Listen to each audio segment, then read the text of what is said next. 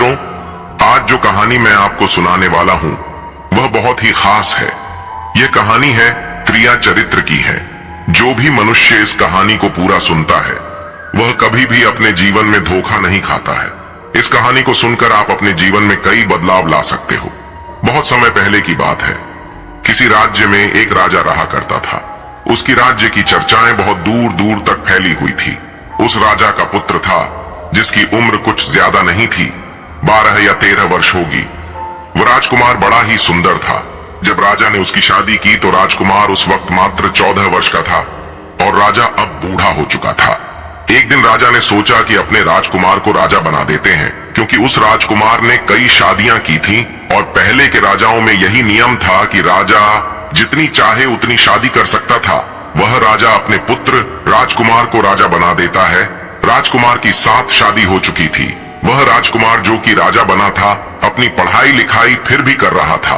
वह रोज गुरुकुल में पढ़ने के लिए जाया करता था। और एक दिन की बात है, जब वह राजकुमार पढ़ने के लिए विद्यालय जा रहा था तो रास्ते में उसे पनिहारी मिली और पनिहारिन भी बहुत सुंदर थी।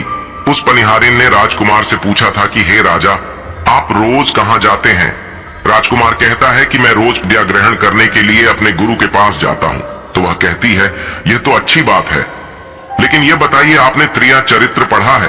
राजकुमार कहता है कि नहीं, मैंने ये कभी नहीं पढ़ा है। फिर पनिहारिन कहती है कि आप त्रिया चरित्र अवश्य पढ़ना। मित्रों, राजकुमार कहता है कि यह त्रिया चरित्र क्या होता है? पनिहारी ने कहा कि आप यह बात अपने गुरु से जाकर पूछना और त्रिया चरित्र को अवश्य ही पढ़ना। राजकुमार कहता है कि मैं आज ही जाऊंगा और अपने गुरु से जाकर पूछ लूंगा कि आपने मुझे त्रिया चरित्र क्यों नहीं पढ़ाया। इतनी बात कहने के बाद वह राजकुमार वहां से चल देता है। मित्रों, वह पनिहारिन की बात सुनकर वह राजकुमार गुस्से में था। उसकी आंखें लाल थीं। वह अपने गुरु के पास जाकर प्रणाम करता है। गुरुजी ने पूछा कि बेटा, क्या हुआ? आज तुम क्रोध में दिखाई दे रहे हो और तुम्हारी आंखें लाल क्यों हैं? क्या बात है, मुझे बताओ।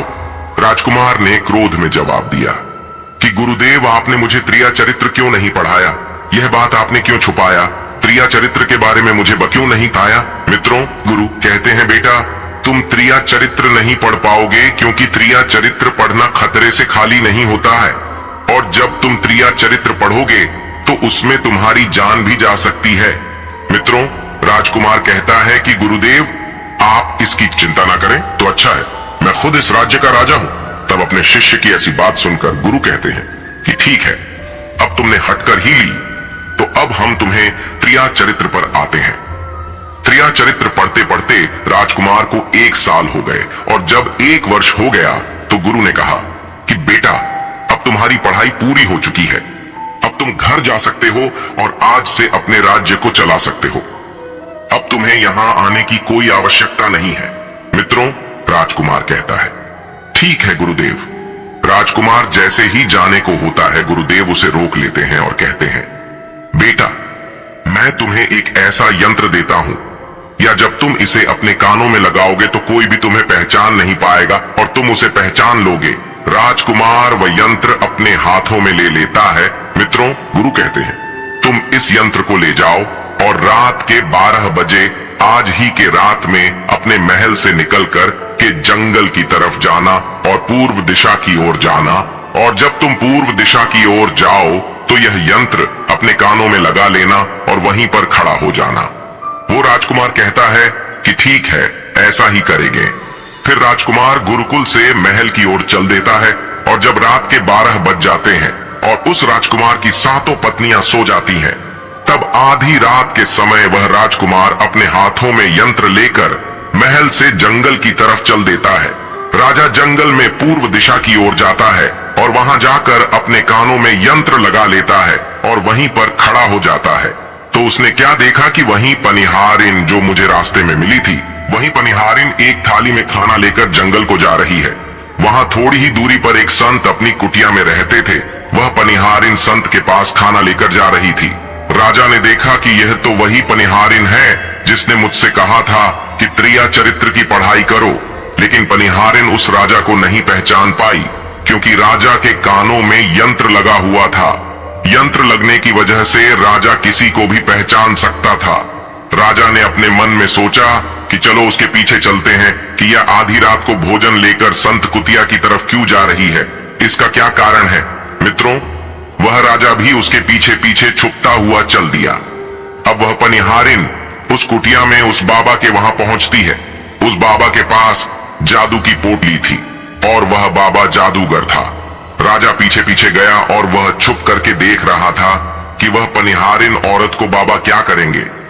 बाबा ने पनिहारिन से कहा, अरे पनिहारिन, पहले तो मुझे ये बता कि आज आने में इतनी देर कैसे लग गई।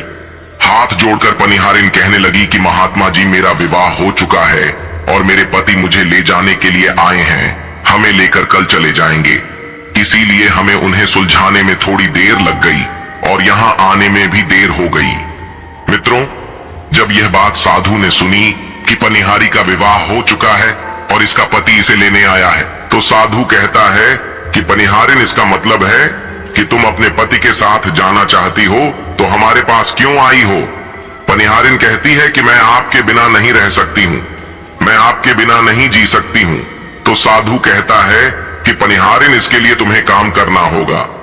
साधु एक बड़ा सा चाकू निकलता है और पनिहारिन से कहता है कि पनिहारिन, जाओ अपने पति के गर्दन काटकर यहां लेकर आ जाओ। अपने उस पति को मार दो जो हमारे और तुम्हारे बीच में दरार बन रहा है, तब मैं तुम्हें रख लूंगा, तुमसे विवाह करूंगा, तुम्हें अपनी पत्नी बनाऊंगा। मित्रों, बिना कुछ सोचे समझे वह चाकू को ले लेती है और दौड़ते हुए अपने घर जा आती है और उसका पति सो रहा था। वहां जाकर अपने पति की गर्दन काट देती है और उसकी गर्दन को लेकर साधु के पास आती है। और जो राजकुमार थे उसके पीछे पीछे उसका सारा कारनामा देख रहे थे। जब साधु ने देखा कि अपने पति को मार करके उसकी गर्दन यहाँ लेकर आई है, साधु को बहुत गुस्सा आया और उसने उसे लात मारी और कहा, भाग जाओ यहाँ से। जब तू अपने पति की नहीं हो सकी, जिसके साथ तूने 7 फेरे लिए, तो तू मेरी क्या होगी। जल्दी भाग जाओ यहाँ से। अगर तुम मेरे पास दोबारा आई तो मैं तुझे जीवित नहीं छोड़ूंगा। मित्रों, साधु की यह बात सुनकर उस पनिहारिन को ऐसा लगा जैसे उसके पैरों तले जमीन खिसक गई हो। फिर भी अपने पति की कटी हुई गर्दन घर लेकर के आई और उसकी गर्दन जोर देती है और वहीं बैठ जाती है। और इधर जैसे ही सवेरा हुआ, अपने पति के पास बैठकर रोने लगती है और चिल्लाने लगती है। कहती है, देखो देखो, किसी ने मेरे पति की हत्या कर दी। लेकिन रात में उस पनिहारिन का सारा कारनामा राजकुमार देख चुका था। इधर सारे गांव वाले पनिहारिन के घर चले जाते हैं और उसके पति की लाश को लेकर गांव के बाहर जाते हैं उसका दाह संस्कार करने के लिए। और वह पनिहारिन भी पीछे से भागती हुई, रोती हुई चली जा रही थी। और उधर राजकुमार भी जा रहे थे जो कि अपने राज्य के राजा बन चुके थे। पनिहारिन भागती हुई, चिल्लाती हुई पहुंची और कहने लगी, मैं सती बनूंगी, क्योंकि अगर जब मेरे पति ही नहीं रहे तो ऐसे जीवन का क्या फायदा। मैं इन्हीं के साथ सती हो जाऊंगी।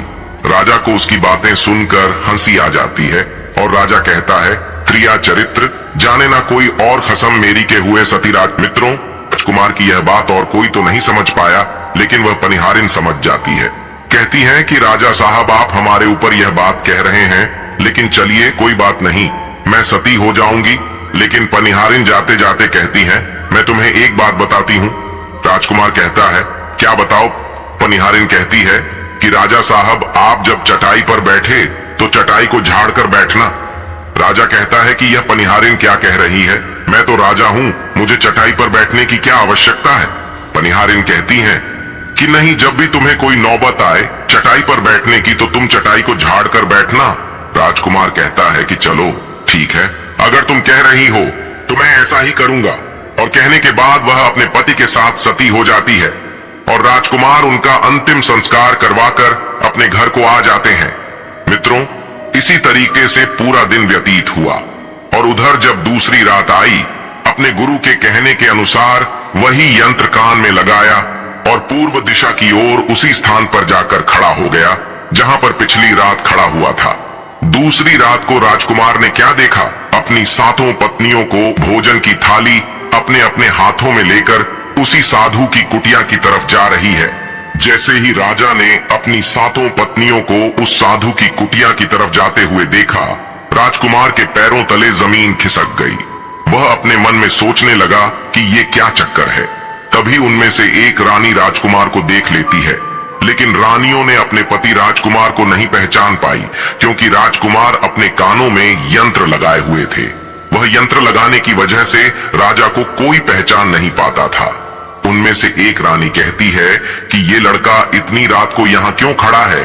तब रानियों ने उसके लड़के को अपनी तरह बुलाया और कहा, कृपया आप हमारी सहायता करें, इस सामान को उस कुटिया तक ले चलो। मित्रों, बिना कुछ सोचे समझे राजकुमार ने वह थाली अपने हाथों में ले ली और अपनी रानियों के साथ कुटिया तक जाने लगा। जब 7 रानियां और राजकुमार उस साधु की कुटिया में पहुंचते हैं और राजकुमार कुछ भी नहीं बोल रहा था, क्योंकि राजकुमार देखना चाहता था कि हमारे प्यार में ऐसी क्या कमी है जो हमारी 7 रानियां इस साधु के पास आती हैं, और इस साधु के पास ऐसा क्या है जो हमारी 7 रानी अभी यहाँ आ रही है। मित्रों, राजकुमार छुपकर ये सब जानना चाहता था। इधर जब वह 7 रानियां राजकुमार को लेकर साधु के पास पहुंची तो महात्मा राजकुमार को देखकर कहता है कि ये कौन है।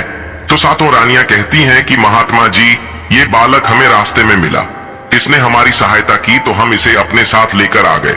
रानी कहती है कि एक काम करते हैं, इसे आज रात यहीं रहने देते हैं, कल सुबह होते ही यह चला जाएगा। उस साधु उनकी बातों को मान लेता है। वह साधु अपने शिष्य को बुलाता है और उससे कहता है कि आज रात के लिए इस बालक की रुकने की व्यवस्था कर दो। वह शिष्य राजकुमार को लेकर एक कमरे में जाता है। उस कमरे में एक चटाई बिछी हुई थी। शिष्य कहता है कि देख भाई, आज तुझे चटाई पर सोना पड़ेगा। वह शिष्य राजकुमार को इतना कहकर वहां से चला जाता है। मित्रों, राजकुमार उस कमरे में अकेला पड़ जाता है। अपने मन में सोचता है कि आज तो नौबत आ ही गई चटाई पर सोने की। चलिए कोई बात नहीं, आज की रात हम चटाई पर ही गुजार लेंगे। राजकुमार जैसे ही चटाई पर बैठने ही वाला था, उसे पनिहारिन की बात याद आ गया।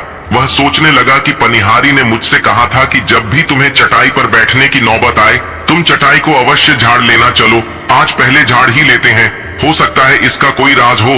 जैसे ही राजा ने चटाई उठाई तो उसने क्या देखा? उसने देखा कि एक बहुत बड़ा भयानक कुआं है। जब उस कुएं को देखा तो राजा के होश उड़ गए। राजा उस कुएं के अंदर झांक कर देखता है। राजा को अंदर बहुत सारे कैदी दिखाई देते हैं, जिन्हें उस साधु ने अंदर कैद करके रखा था। उन कैदियों में से एक आदमी ने राजकुमार को पहचान लिया। बाद में राजकुमार से कहता है कि राजकुमार, आप यहाँ कैसे आ गए? राजकुमार कहता है कि धीरे बोलो, नहीं तो सब पोल पट्टी खुल जाएगी। तब सभी कैदियों ने कहा कि राजा साहब, आप यहाँ से भाग जाए। हम तो यहाँ से निकल नहीं पाए, लेकिन आप यहाँ से भाग जाए, नहीं तो आपका भी यही हाल हो जाएगा जो कि हमारा हुआ है। आप भी यहाँ फंस जाएंगे, आपको भी पकड़कर ये साधु इसी में डाल देगा। आप जितना जल्दी हो सके यहाँ से भाग जाए। राजा जब उस कमरे के अंदर गया था तो अपने कान में से यंत्र निकाल लिया था, और जब राजा वहां से भागा तो अपने कान में यंत्र लगाना भूल ही गया। मित्रों, राजा को भागते हुए उन रानियों ने और साधु ने देख लिया था। रानियों ने जब राजा को भागते हुए देखा तो रानी कहती है, यह तो हमारे पति है। महात्मा से कहती है कि महात्मा जी, अब तो हमारी सारी पोल पट्टी खुल जाएगी, ये तो हमारे पति है और वह भागे जा रहे हैं। उन्होंने हमें यहाँ देख लिया है, अब हमारा क्या होगा? और साधु कहता है कि तुम यहाँ क्या देख रही हो, जल्दी जाओ और अपने पति को पकड़ कर लाना। तो रानियां राजकुमार को पकड़ने के लिए दौड़ी दौड़ी जाती है, लेकिन वह राजकुमार जो राजा था इतना तेज था कि वह अपने महल जा पहुंचा और घबराई। रानियों के तो होश उड़ गए। फिर वापस उसी बाबा के पास आती है और बाबा से कहती है कि महाराज, अब तो हमारे पति हमें जीवित नहीं छोड़ेंगे, हम जैसे ही घर जाएंगे वह हमारी जान ले लेंगे। महात्मा, आप हमें बचा लीजिए, इसका कोई उपाय कीजिए। तब जाकर वह साधु रानियों को एक जादुई कील देता है और कहता है कि जब तुम जाओ तो अपने पति को बहला फुसलाकर उसके माथे में यह जादुई कील घुसा देना, तुम्हारे पति को ढेर बना देगा और साथ मिलकर उसे मार देना, बस कहानी खत्म हो जाएगा। मित्रों, वो 7 रानियां साधु की बात मान लेती हैं और जादुई कील लेकर महल आती है। वह 7 रानियां आपस में विचार करती हैं कि राजा सबसे ज्यादा प्रेम सबसे छोटी वाली रानी को करते हैं, तो वह रानियां मिलकर जादू वाला कील छोटी रानी को दे देती है और कहती हैं, ये लो तुम्हारा काम है, तुम किसी भी तरह राजकुमार के सर में ये कील गाड़ देना। तो छोटी वाली रानी कहती है ठीक है, और छोटी वाली रानी कील ले लेती है। जब राजा ने उन 7 रानियों को आते हुए देखा तो क्रोध में कहा कि पहले तुम यहीं रुको, पहले मुझे यह बताओ कि हमारे राज्य में और मुझ में ऐसी क्या कमी है कि तुम आधी रात को उस साधु के पास जाते हो? इसका क्या कारण है? सातों रानियां हाथ जोड़कर कहती हैं, महाराज हमें माफ कर दीजिए। हमें लगता है कि उस साधु बाबा ने हम पर कोई जादू टोना कर दिया था, इसीलिए हमसे ऐसी गलती हो गई। आइंदा ऐसी गलती हमसे कभी नहीं होगी। छोटी रानी की ऐसी बातें सुनकर राजा उनकी बातों को मान लेता है, क्योंकि वह राजा छोटी रानी से बहुत प्रेम करता था।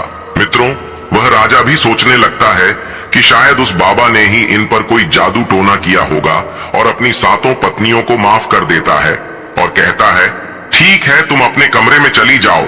सबसे छोटी रानी, जिसे राजकुमार बहुत प्रेम करता था, वह राजकुमार को खाना खिलाती है और राजकुमार को सुला देती है। जब वह राजा सो गया तो वह रानियां भी वहीं आ जाती हैं। सबसे छोटी रानी जो थी वह जादुई कील निकालती है और राजा के माथे में घुसा देती है। राजा पूरा तेजी से उठा, लेकिन इतने समय में वह ढेर बन चुका था। अब उस राजा में इतनी शक्ति नहीं थी कि उन सातों रानियां उसे मुकाबला कर सके। वह सातों रानियां उस राजा को पकड़ने लगी। राजा फिर भी हिम्मत नहीं हारी और अपने महल की खिड़की से कूदकर राजा भागते भागते अपने गुरु के पास पहुंच गया और कहने लगा कि गुरुजी, मुझे माफ कीजिए, मेरी जान बचाइए, नहीं तो मैं मर जाऊंगा। गुरु कहते हैं कि बेटा, मैंने तुमसे कहा था कि तुम त्रिया चरित्र मत सीखो, इसमें जान भी जा सकती है, देखा इसका नतीजा। राजकुमार कहता है, गुरुदेव मुझे माफ कर दो और जल्दी मेरी जान बचाइए, नहीं तो मैं मारा जाऊंगा। मेरी पत्नी ने मेरे सर में जादुई कील ठोकी है, जिसकी वजह से मैं ढेर बन चुका हूं। मित्रों, गुरु ने जब ध्यान से देखा तो कहा कि यह वही कील है जो साधु ने दिया है, मैं तुम्हें अब नहीं बचा सकता। राजकुमार कहता है, नहीं गुरुदेव, ऐसा मत कहिए, मैं आपका शिष्य हूं, आपका कर्तव्य है मेरी जान बचाना। तो गुरु कहते हैं कि बेटा, मैं तुम्हें बचा तो नहीं सकता, लेकिन एक उपाय है। राजकुमार कहता है, क्या उपाय है?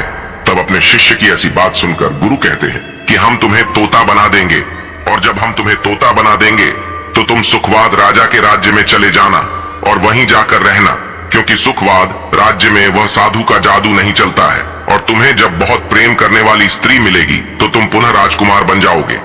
वह राजकुमार कहता है, ठीक है गुरुदेव, आप हमें तोता बना दीजिए। तो वह गुरुदेव उसे तोता बना देते हैं और वह तोता बनने के बाद वहां से उड़ा और सुखवाद राजा के राज्य में चला गया। जहां पर बहुत सारे तोता रहते थे वहीं जाकर रहने लगा, और सातों रानियों उस राजकुमार को खोज रही थी। जब राजकुमार नहीं मिला तो फिर से उस बाबा के पास जाती है और कहती है कि बाबा जी, वह रात को राजा भाग चुका है, आप अपनी पोटली निकालिए और देखें कि वह कहाँ है। तो वह महात्मा अपना पोटली खोलता है और देखने लगता है कि वह राजकुमार तोता बनकर के सुखवाद राजा के राज्य में रह रहा है। वह साधु ये सारी बात रानियों को बताता है। तो रानियां कहती हैं कि स्वामी अब क्या करें? वह साधु कहता है कि अब तुम अपने राजमहल में जाओ और जाकर के घोषणा कर दो कि जो भी तोता पकड़ करके लाएगा हम उसे 5 सोने के सिक्के देंगे। उस राज्य के जितने भी बहेलियां थे वो तोता पकड़ने के लिए चारों तरफ घूमने लगते हैं, और जो भी तोता पकड़ते वह रानी के पास जाते और 5 सोने के सिक्के ले लेते थे और वहां से चले जाते, और वह 7 रानियां उस तोते को मार देती थीं। ऐसे ही धीरे धीरे बहुत समय निकल गया और वो राजकुमार जो तोता बनकर जहां गया था वहां सारे तोते को बहुत अच्छी अच्छी बातें करता था, उन्हें बहुत ज्ञान की बातें बताता था। तो सारे तोता को लगा कि यह तोता तो बहुत समझदार है, ये तोता तो बहुत अच्छी अच्छी बातें करता है, इसे हम अपना राजा बना लेते हैं। और सभी तोता मिलकर उसे राजा बना लेते हैं। राजकुमार सभी तोतों का राजा बन जाता है और वही छुपकर रहने लगता है। एक बहेलिया तोता पकड़ते पकड़ते सुखवाद राजा के राज में पहुंच जाता है और वह उसी पेड़ के पास पहुंच जाता है जहां पर वह राजकुमार तोता बनकर छुपकर रहता था।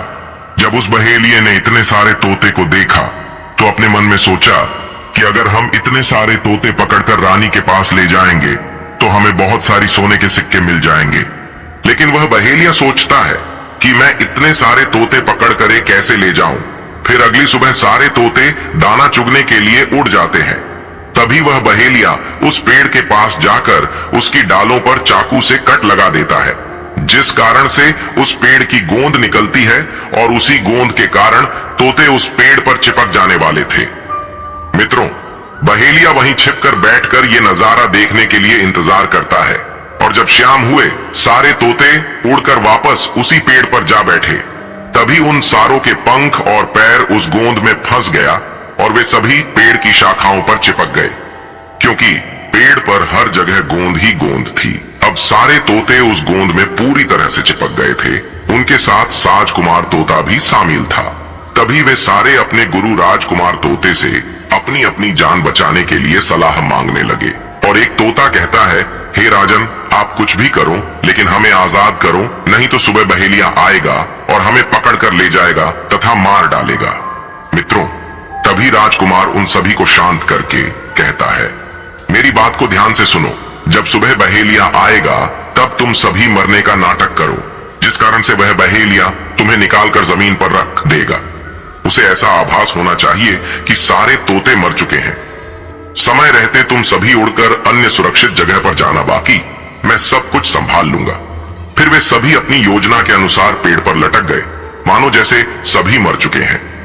फिर दूसरी सुबह जब बहेलिया वहां आता है तो वह देखता है कि सारे तोते मर चुके हैं और उसे इस बात का अफसोस हो रहा था कि सारे तोते मर चुके हैं, इसलिए वह उन सभी को पेड़ से निकालकर जमीन पर रख देता। तभी सही मौका देख सारे तोते झट से उड़ गए। वहीं दूसरी तरफ उसने देखा कि जो राजकुमार था, जो तोता बना हुआ था, वह वहीं पर रह गया और नीचे जितने भी तोते थे वो सभी उड़कर भाग गए। बहेलिया ने सोचा, अरे ये क्या हुआ, इस पेड़ पर सिर्फ एक ही तोता है जो कि मरा लटका हुआ है और जितने तोते मैंने छुड़ाकर नीचे फेंका वह सभी उड़कर भाग गए। बहेलिया ने सोचा, इसका मतलब ये सारे तोता ने मिलकर मेरे साथ धोखा किया है। अब राजकुमार जो था, जो तोता बना हुआ था, वहीं सिर्फ पेड़ पर लटका हुआ था। वह बहेलिया कहता है कि यह सब तुम्हारी चाल है, चलो अब मैं तुम्हें लेकर जाऊंगा और रानी के हाथ बेच दूंगा और मुझे 5 सोने के सिक्के मिल जाएंगे। और इधर वह बहेलिया उस तोता को बेचने के लिए रानी के पास जाने लगता है। मित्रों, रास्ते में वह तोता कहता है कि तुम मुझे कहां ले जा रहे हो? तो वह बहेलिया कहता है, मैं तुम्हें बेचने के लिए रानी के पास ले जा रहा हूं। अगर मैं तुम्हें वहां बेच दूंगा तो मुझे 5 सोने के सिक्के मिलेंगे। वह राजकुमार कहता है कि मैं अगर तुम्हें 50,000 सोने के सिक्के दिला दूं तो क्या तुम मुझे नहीं बेचोगे? बहेलिया कहता है, तुम मुझे 50,000 सोने के सिक्के कैसे दिलाएगा? मित्रों, तोता कहता है कि राजा सुखवाद के यहाँ एक बहुत बड़ा मेला लगता है, तुम मुझे वही बेचो, मूल्य में स्वयं बताऊंगा। बहेलिया उस तोते की बात मान लेता है और रानी के पास बेचने की जगह राजा के राज्य के मेले में तोता को बेचने चला जाता है। और राजा के राज्य में यह नियम था, अगर किसी व्यक्ति का सामान शाम तक नहीं बिके तो वह राजा स्वयं आकर उसे खरीद लेता था। बहेलिया उस तोते को लेकर बाजार में पहुंचा हुआ था। जब कोई व्यक्ति उस तोते को खरीदने आता है तो वह पूछता कि यह कितने का है, तो वह बहेलिया कहता है कि तोता अपना दाम स्वयं बताएगा। तो वह तोता अपना दाम इतना बता देता कि कोई भी व्यक्ति उसे खरीद ही नहीं पाता। ऐसे ही करते करते शाम हो गई और अब सभी अपने अपनी दुकान लेकर चले गए। सभी का दुकान उजड़ गया था, बस एक बहेलिया और एक तोता ही रह गए थे। इधर राजा ने अपने सिपाहियों को आदेश दिया कि जाओ देख कर आओ, किसी का सामान तो नहीं रह गया है। जब राजा के सिपाही आए तो उन्होंने देखा कि एक बहेलिया तोता को लेकर बैठा हुआ है। सिपाही बहेलिया से कहते हैं कि बहेलिया, तुम्हारा तोता क्यों नहीं बिका? तुम इसे कितने में बेच रहे हो? तो तोता कहता है कि जो इन्हें 50,000 सोने के सिक्के देगा वही मुझे खरीद पाएगा। उस तोते की बात सुनकर वह सिपाही आश्चर्य में पड़ जाते हैं और सोचते हैं, अरे यह तोता अपना मूल्य स्वयं बताता है। तब सिपाही राजा के पास जाते हैं और राजा को सारी बात बताते हैं और कहते हैं, एक बहेलिया एक तोता लेकर बैठा हुआ है, लेकिन वह तोता अपना मूल्य स्वयं ही बताता है। वह इतना महंगा बताता है, शायद इसीलिए उसे कोई खरीद नहीं सका। राजा सिपाहियों से पूछता है कि वह अपना मूल्य कितना बता रहा है। तो सिपाही कहते हैं, अपना मूल्य 50,000 सोने के सिक्के बता रहा है, चलिए हम खरीदेंगे। अगर नहीं खरीदेंगे तो हमारे राज्य की बदनामी होगी कि राजा के बाजार में एक तोता नहीं बिका। और इसलिए राजा अपने मंत्रियों के साथ अपने रथ पर सवार होकर बाजार में पहुंचता है। कहता है, इस तोते का क्या मूल्य कितना है? बहेलिया हाथ जोड़कर कहता है कि राजा साहब अपना मूल्य तोता स्वयं बताएगा। वह राजा फिर तोते से पूछा तो तोता कहता है कि राजा साहब जो इन्हें 50,000 सोने के सिक्के देगा वही मुझे खरीद पाएगा। अपने सिपाहियों से 50,000 सोने के सिक्के मंगवाता है और बहेलिया को पकड़ा देता है और तोते को लेकर अपने महल चला जाता है। वह तोता बहुत ही बुद्धिमान था क्योंकि वह राजा था। वह तोता राजा को बहुत अच्छी अच्छी बातें बताने लगा। जब राजा पर कोई खतरा आने वाला होता तभी वह तोता बता देता कि राजा साहब, आप पर यह खतरा आने वाला है, और इसी तरह सब उस तोते से बहुत अधिक प्रेम करने लगते हैं। जब यह बात रानियों को पता चला कि राजा ऐसा तोता लेकर आए हैं जो कि बोलता भी है और बहुत अच्छी अच्छी बातें बताता है, तो रानियां राजा से कहती हैं, उस तोता को मेरे पास भिजवा दीजिए, हम भी उस तोते को देखना चाहते हैं, हम उस तोते से बातें करना चाहते हैं। राजा अपने मंत्रियों से कहकर वह तोता रानियों के पास भिजवा देता है। रानी उस तोते से बातें करके बहुत खुश हो जाती है। रानी भी तोते से बहुत प्रेम करने लगती है और कहती है कि वाह रे तोता, इसीलिए तुझे राजा साहब ने 50,000 सोने के सिक्के देकर खरीदा है। राजा की एक पुत्री थी जो कि बड़ी सुंदर थी। रानी अपनी पुत्री से कहती है कि आज से तुम ही इस तोते का ध्यान रखो और कल तुम इसे अच्छे से ढोकर नहला देना। वो राजकुमारी भी उस तोते से बहुत प्रेम करती है। जैसे ही सुबह हुआ, राजकुमारी उस तोते को लेकर नहलाने जाती है। राजकुमारी तोते को नहला रही थी तो उसने देखा कि तोते के सिर पर कील सा कुछ लगा हुआ है। राजकुमारी उसको निकाल देती है। राजकुमारी जैसी ही कील को निकालती है, वह तोता पहले वाला एक सुंदर सा राजकुमार बन जाता है। उसे देखकर राजकुमारी घबरा जाती है। राजकुमार कहता है कि तुम घबराओ नहीं, यह कील वापस से मेरे सर में लगा दो तो मैं फिर से तोता बन जाऊंगा और इसके बारे में मैं तुम्हें रात्रि में बताऊंगा। तुरंत ही वह राजकुमारी और कील राजकुमार के सर में लगा देती है और वह वापस से तोता बन जाता है। रात को राजकुमारी तोते को लेकर अपने कमरे में जाती है और उसके सर से कील निकाल देती है और वह तोता फिर से राजकुमार बन जाता है। राजकुमार अपनी सारी दास्तान उस राजकुमारी को बताता है और कहता है, माफ करना या दास्तान तुम किसी को नहीं बताना, नहीं तो मेरी जान चली जाएगी। राजकुमारी इसके बारे में अपनी माता और पिता को भी नहीं बताती है।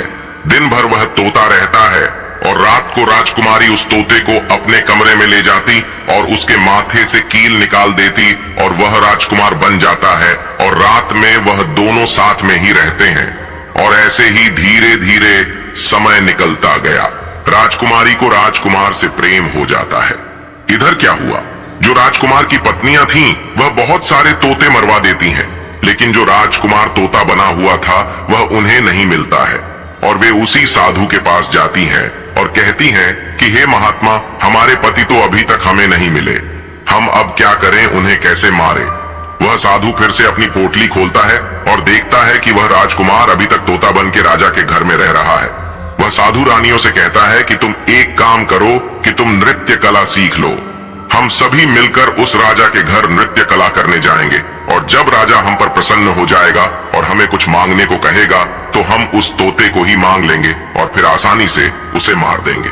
मित्रों, धीरे धीरे समय बीता। साधु तबला बजाना और सात रानी पूरी तरह से नृत्य कला सीख चुकी थी। अब साधु को लगा कि हम सफलता प्राप्त कर सकते हैं और उस तोते को उस राजा से मांग सकते हैं। साधु का भेष बदल करके उन सातों रानियों को नृत्य कला वाली स्त्री बन करके राजा के दरबार में पहुंच गई। राजा उस साधु से पूछता है कि आप लोग कौन हैं, यहाँ क्यों आए हैं। तब साधु कहता है कि हम सब नृत्य कला वाले हैं, आपके महल में हम नृत्य कला दिखाना चाहते हैं। राजा को भी गाने और बजाने का बहुत शौक था, वह मान जाते हैं। उधर वह साधु अपना गाना बजाना चालू करता है। जब उनकी गाने बजाने की आवाज तोता के कानों में पहुंची तो तोता समझ गया कि वह साधु हमारी सातों रानियों को लेकर भेष बदलकर यहाँ पर आ गया है, अब हमारी जान नहीं बचेगी। लेकिन जब राजकुमारी उस तोते को लेकर अपने कमरे में जाती है, उस तोते के सर से कील निकालती है और वह तोता राजकुमार बन जाता है और वह राजकुमार सारी बातें उस राजकुमारी को बताता है। कहता है कि देखो, जो यह गाने बजाने वाले आए हैं, यह वही साधु है। यह गाने बज जाने से राजा को खुश कर देगा और बदले में मुझे मांग लेगा और ले जाकर मुझे मार देगा। मित्रों, वह राजकुमार कहता है कि सुनो राजकुमारी, जब राजा आदेश दें कि तोता को लेकर आओ तो तुम मुझे मत देना। जब राजा खुद यही मुझे लेने आए तब भी तुम मुझे मत देना। कहना कि तोता को नहीं दूंगी और जब राजा न माने, राजा तुमसे जिद करे और मुझे मांगे, तब तुम गुस्से में आकर के पिंजरे को फेंक देना। उसके बाद मैं अपने बचने का रास्ता हम स्वयं ही ढूंढ लेंगे। राजकुमारी कहती हैं कि ठीक है, और वहां गाना बजाना हुआ तो राजा प्रसन्न होकर उन्हें कहते हैं कि मांगो, क्या मांगना चाहते हो। वह साधु कहता है कि जो आपके पास तोता है, जो आप कुछ दिनों पहले ही खरीदे है, वह तोता आप मुझे दे दो। राजा कहता है ठीक है। राजा अपने मंत्री को आदेश देता है कि जाओ उस तोते को लेकर आओ। मंत्री राजकुमारी के पास पहुंचता है और कहता है कि यह तोता मुझे दीजिए। राजकुमारी कहती है नहीं दूंगी। मंत्री कहता है कि देखिए, आप जिद मत कीजिए। राजकुमारी कहती है कि तुम जाओ और मेरे पिताजी को यहां भेजो, वहीं आकर इसे ले जाएंगे। मंत्री राजा को जाकर सारी बात बताता है। राजा स्वयं आता है उस तोते को लेने के लिए। वह राजा जाकर कहता है कि बेटी, यह तोता मुझे दे दो, यह नृत्य कला वाले को देना है, जो यहाँ गाना बजाना किए हैं, यह उन्हें देना है। तो राजकुमारी कहती हैं कि पिताजी, यह तोता मैं नहीं दूंगा। क्रोध में आकर राजा कहने लगा कि तू कैसी बातें कर रही हो, इसे देने का मैंने वादा किया है। जब राजकुमारी ने राजा को क्रोध में देखा तो राजकुमारी को भी गुस्सा आ गया और राजकुमारी गुस्से में पिंजरे को जमीन पर फेंक देती है। वह पिंजरा जैसे ही जमीन पर गिरा, वह टूट गया और तोता जो था वह चावल का दाना बन गया। और जैसे ही साधु को यह बात पता चली, साधु भी तुरंत कबूतर बन जाता है और उस दाने को कबूतर खाने लगता है। उसमें से जो एक दाना था, बस वही राजकुमार था। जैसे ही वह दाना कबूतर खाने वाला होता है, राजकुमार बाज बन जाता है और एकदम से कबूतर पर झपटता है और उसे मार देता है। इस तरह से उस साधु की मृत्यु हो जाती है। राजा यह सब देखकर आश्चर्यचकित हो जाता है। उस कबूतर को मारकर फिर से तोता बन जाता है और जो राजकुमारी थी उस तोते से कील निकाल देती है और वह फिर से पहले जैसा राजकुमार बन जाता है। राजकुमारी अपने पिता को सारी बात बता देती है। राजकुमार कहता है कि देखिए राजा साहब, मैं भी एक राजा हूँ और मैं आपकी बेटी से प्रेम करता हूँ और मैं उनसे शादी करना चाहता हूँ। वह राजा अपनी पुत्री से पूछता है कि बेटी, क्या तुम इससे शादी करना चाहती हो? तो राजकुमारी कहती है कि पिताजी, मैं से प्रेम करती हूँ। और फिर राजकुमार उस राजा की पुत्री से विवाह करके अपने महल जाता है और जो उनके 7 पत्नियां थीं, उनको पकड़कर बंदी गृह में बंद करवा देता है और राजकुमार खुशी खुशी उस राजकुमारी के साथ रहने लगता है। दोस्तों, जब कोई स्त्री कभी कभी किसी परिस्थिति में चतुराई या चालाकी दिखाती है या दूसरों को बेवकूफ मानते हुए कोई अभिनय ढोंग पाखंड करती है, तो इसे ही त्रिया चरित्र कहते हैं, जिसे पढ़ने के बाद राजा को अपनी जान बचाने के लिए क्या क्या नहीं करना पड़ा, क्योंकि राजा को स्त्री के त्रिया चरित्र की पूरी जानकारी हो चुकी थी कि कैसे जब एक स्त्री को अपना स्वार्थ दिखने लगता है तो वह अपने लोगों को भी बेवकूफ बनाकर अपना स्वार्थ को पूरा करती है और उसके साथ रहने वाले लोगों को इसके बारे में भनक तक नहीं लगता कि यह स्त्री त्रिया चरित्र की खेल कर रही है। मित्रों, जो आपके दिल के करीब है उसके बारे में आप पूरी जानकारी रखिए कि उसके अंदर खुद को लेकर कोई स्वार्थ तो नहीं छुपा है, और अगर ऐसा है तो आप उनसे थोड़ा दूर ही रहें, क्योंकि ऐसे में आपको जिंदगी के हर कदम पर धोखा ही मिलेगा, क्योंकि एक स्वार्थी स्त्रियां अपनी स्वार्थ के लिए जिंदगी में कुछ भी कर सकती हैं। मित्रों, तो उम्मीद है आपको यह कथा अच्छी लगी होगी। इसे पूरा सुनने के लिए आप सभी का धन्यवाद। कमेंट में जय श्री कृष्ण जरूर लिखें। साथ ही वीडियो को लाइक करके चैनल को सब्सक्राइब करना ना भूलिए।